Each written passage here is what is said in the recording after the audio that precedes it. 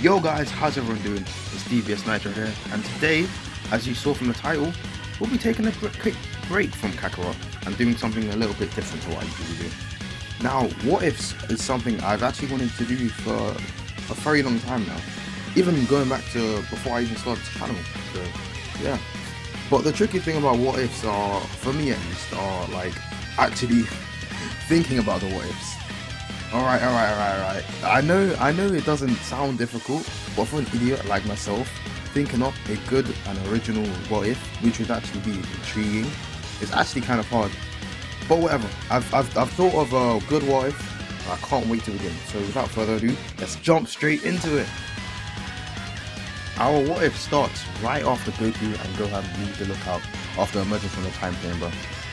Like in canon, everyone, Piccolo, Saiyan and Trunks, starts to discuss Goku and Gohan's moves and whether they've reached a new power. Vegeta would then explain, the concept of Master Super Saiyan, or Full Power Super Saiyan, whichever one you like to call it, to Trunks. But right on cue, they are shown a glimpse of Goku's new power at Master Super Saiyan, or Full Power Super Saiyan. I'm gonna throughout this what if, I'm gonna call it Master Super Saiyan, mainly because that's the name I grew up with. So I'm just gonna go with that, like the name, like when I watched Dragon Ball. I was very familiar with that name, so I'm gonna go with that. After this, while Goku and Gohan then go to Kame House, Vegeta will demand for Piccolo to hurry and use the chamber, reminding him that there are others wanting to use it. Alright, straight off the bat, here is where our what if starts to diverge from the main canon. Throughout the next day, Vegeta would spend his time thinking about his goals and how to improve his training methods to be able to gain this new form or power that Goku had somehow achieved. So in order to achieve this power, he decides to try a different training method. With this, he also slightly changes his goals.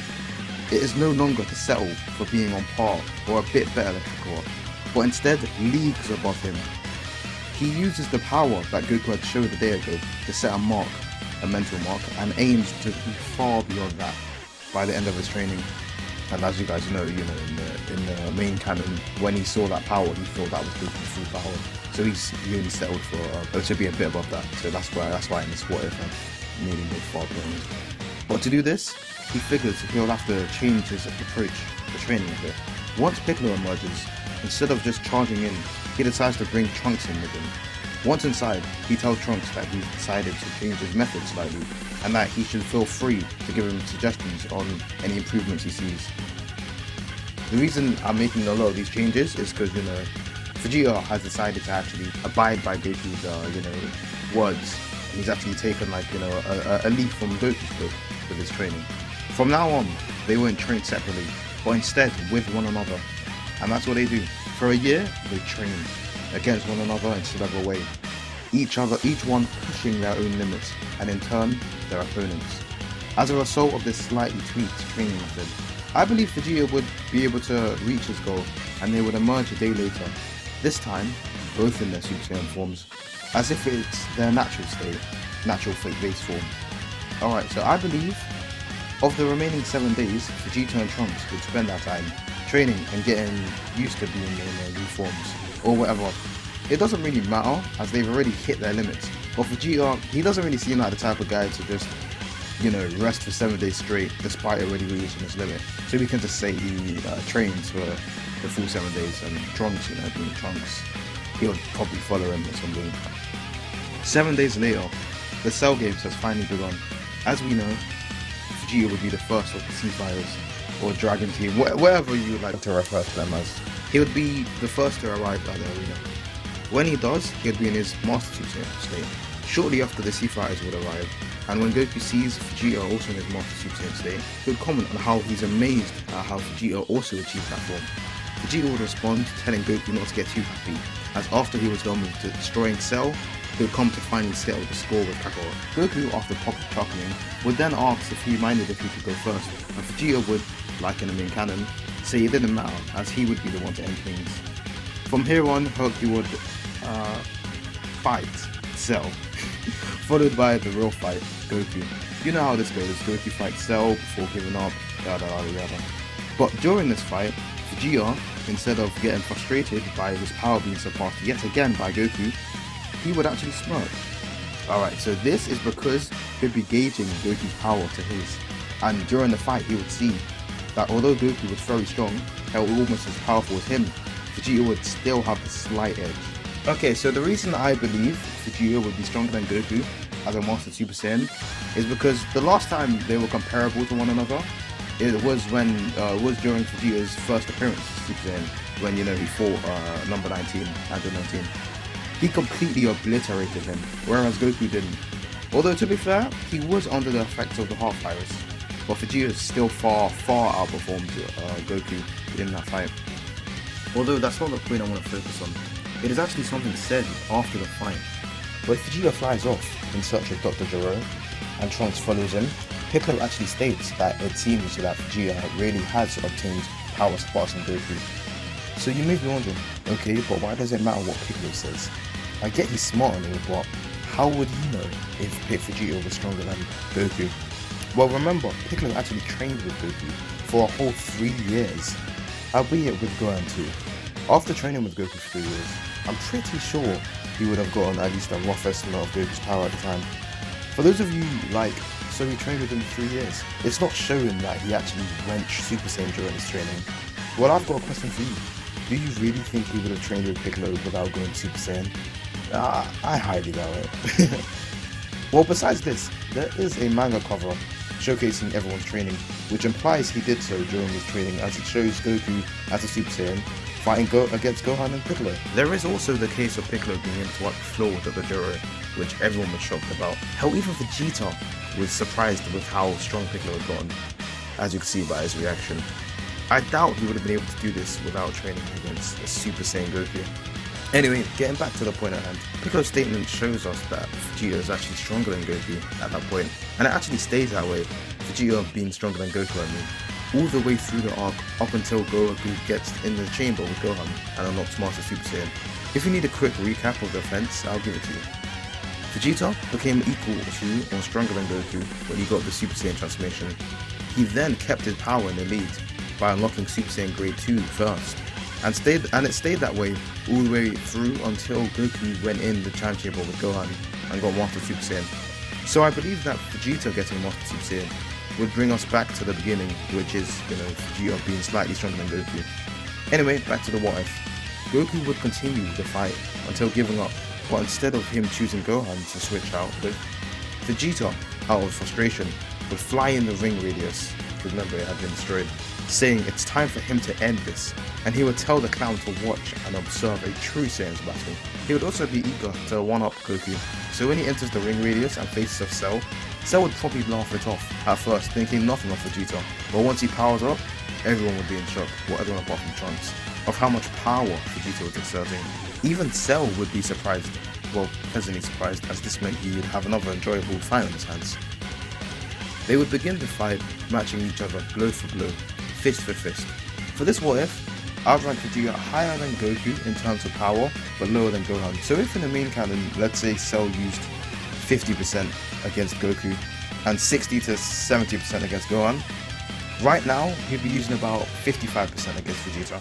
And I would say Vegeta would actually be pushing suppressed Perfect Cell, and this would be a much more intensive fight than Goku versus Perfect Cell, as he would not only be a bit stronger, but Vegeta isn't the type to hold back, and he'll be pushing Perfect Cell to use more and more of his power.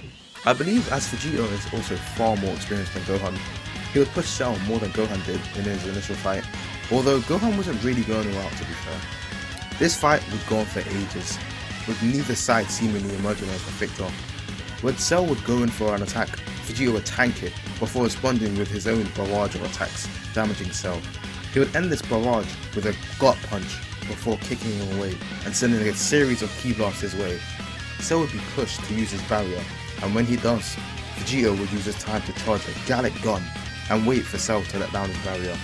When he does, he would fire at that Cell, disintegrating a large portion of him away. Unfortunately for Vegeta, Cell would regenerate his lost limbs and charge at Vegeta, resuming the fight where it left off. This would repeat for a good while. Vegeta would get some good hits in on Cell, almost finishing him before Cell would regenerate and come back for more. Rinse and repeat, rinse and repeat. With Vegeta growing tired and losing energy, eventually Cell would grow bored and decide to end this fast, going on the offensive and attacking Vegeta. delivering a series of harsh and brutal combos on him, sending him crashing down into some nearby boulders. Cell would then begin to power up a perfect Kamehameha and begin to aim it at Vegeta before suddenly being hit by a key attack. He could have sworn he heard someone shout, "Burning attack!" before it hit.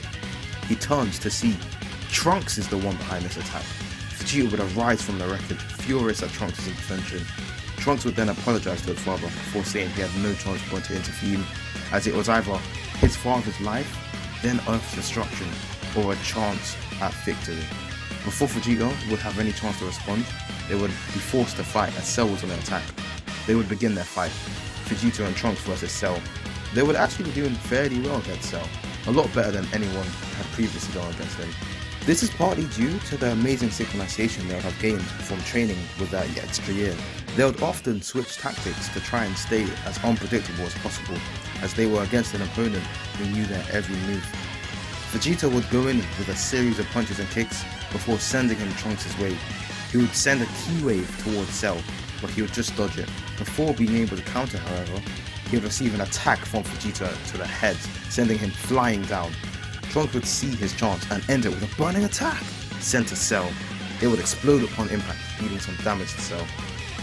Although during the last combination attack, Piccolo would realize Vegeta had switched to using melee attacks, and he would deduce it was because he had run low on energy, and he would instantly begin to converse with the Sea Fighters before they all decided to give Vegeta a senzu bean. After coming up with a plan, Gohan and Goku would nod at one another before Gohan would receive the bag, and they would both fly up to assist Vegeta and Trunks.